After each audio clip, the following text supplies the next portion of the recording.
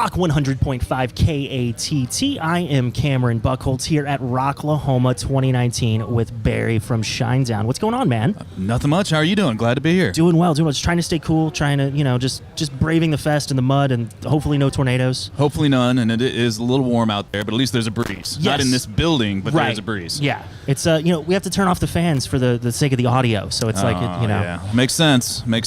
But still not fun. Right, yeah. But you guys are headlining tonight. It's the first time you guys have played Rocklahoma, right? Yes, it is. Which Correct. is kind of crazy. Kind of weird because we've done a lot of festivals over the years, but right. Glad to be here for sure. Yeah, I mean it's an interesting one because it's kind of the only festival, at least among the May Rock Fest, Danny Wimmer, AEG things. Yeah. Where it's very, very camping based, and there's also stages in the campgrounds that people just can rent enough campsites and then set up their own stage and invite bands to play. That's pretty cool. Yeah, it reminds me of a European festival, honestly. That's what this one reminds me of. And do some of the other ones do too, or is that specific to this one? I think it's specific to this one. I've never heard of anybody setting up a stage out by the tents, but as far as camping, I haven't.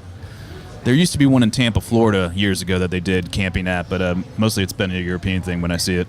Gotcha. Well, I guess it sort of makes sense maybe that you've never played Rocklahoma because you make it to Oklahoma very frequently. We tend to come through Oklahoma a lot. Yeah, it's a rock place. Yeah, people enjoy their SHINEDOWN here in Oklahoma They do. for sure. Absolutely. So you guys played our KATT Fest actually, I believe. Just 6 months ago, 9 months ago. I don't know. I'm bad with time. It was in August, I think. However long ago that was. Almost a year. Something like that. Like 10 months ago. But you guys are still out supporting Attention. Yes. And we've been playing the hell out of the latest single, Monsters, which I think that's my favorite track on the record, actually. Really? Yeah. Awesome. It's the right blend of heavy, but then it's got the melody too. Yeah, it's got heavy. It's got a little bit classic SHINEDOWN sound to it. I dig that song a lot. It's definitely reaches a lot of people. I think a lot of people can relate to it for sure. Sure. And now before that, we were playing Get Up, which maybe not quite a stretch for you guys, but a little bit outside of what people know SHINEDOWN to be. Yeah, maybe so, but I think for us, that song, that was one of the first ones actually written for the record. And again, true story, it was written about Eric, our bass player, and his issues with depression and things of that nature. So it was a song that needed to be written. And since the record is a concept and goes together, or as a story, that moment in the record when that comes through really is supposed to be uplifting like that. And I know a lot of, the Spotify people that just listen to singles are like, oh, that's a light song. Those guys sold out. Well, I don't care. Right. It's selling out every arena, so I'm happy. Yeah, exactly. Yeah, for sure. That's the Paul Stanley quote that rings true. Yeah, we're still a rock band and we play rock and roll. That just happens to be a lighter rock and roll tune. Right, and it did cross over a little bit into pop. It did. Which that's a hard thing for a rock band to do in this climate. So it's almost impossible. Last time we did that was 10 years ago or 8 years ago with Second Chance, and that was difficult then. It's even harder now because the pop format is so R&B, hip hop, pink type stuff heavy, which is cool, whatever, but it's really hard for rock. Yeah, I was walking around our office and I just passed the pop station's director's office and I heard Get Up coming out of his office and I was like, why are you listening to the KATT? And he was like, no, I'm not. This is my station. And I was like, oh, I didn't realize. Yeah, no, that's over. Thank you. Yeah, it was a cool moment. But now, having the record been out for like a year and a half and able to maybe look back on it in a similar light to the previous records, how do you feel about Attention as a whole? For me, this is my favorite record for a number of reasons. I mean, they're all special moments in time, and without the other records, I wouldn't be where I am, and SHINEDOWN wouldn't be where we are. But this was the first record where we really had a good time making it.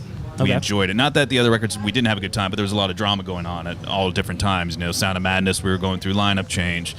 Amaryllis, Brent was off the rails. Threat to Survival was a weird time as well. So this was the one where we are a united front and really having a good time making a record. And I think we all kind of grew up a little bit and got to work. So really, I enjoy this one and the success of it.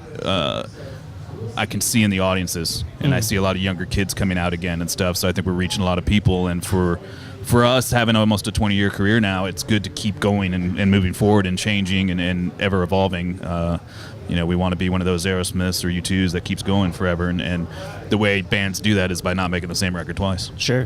And I really feel like, I mean, I don't know what it's like on the inside, but from the outside, it seems like the four of you are much more of a unit, I think, than Shinedown has ever really been. Absolutely, 100%. We still get along. We still all ride the same bus together. We got to dinner together. We have our spats like any other married couple because we spend so much time with each other, but they're very few and far between.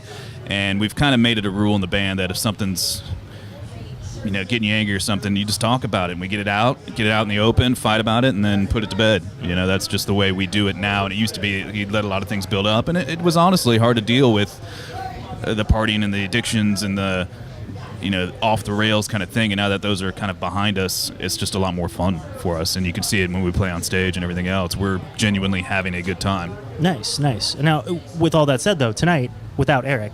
Yeah. Due to what did he injure? Was it his leg? His back. His back. Okay. Yeah. Which he's doing okay. He's going to be okay, and he'll be back very shortly. He and I both have bad backs, from me from sitting on a drum stool for so long, and him from jumping off of cabinets for so long. Right. They tend to go out, and he couldn't really hold a bass. But we have a good friend, Josh Sturm, from Lacey Sturm and Flyleaf, playing with us, and he's played with us before, so it'll be great. Yeah, because he filled in for Zach, last year, 2 years ago? Yeah, last year when Zach was having his baby. So he's familiar with the catalog. He's an entertaining guy, also a dear friend of ours. So it'll still be the big rock show tonight, and we'll blow everything up. Sure. You guys always blow it all up. Yeah. But now for you, does it feel different having that one section of the band's a different person? I mean, how? Yeah. Oh, yeah. It's a different feel because it's a rhythm section. A rhythm section's locked together, but right. There's little things that Eric and I do that nobody else would notice, but that we play to and with each other. But for me, it's kind of fun to play with a different feel. It's a thing the audience would never really notice, but I can notice. And we do play to a click track, so there is a consistent tempo, so he's not trying to push or pull with me, and he's played in studios before, so he knows what he's doing. Sure. Awesome. And I know you guys are going out with Papa Roach and Asking Alexandria. Again.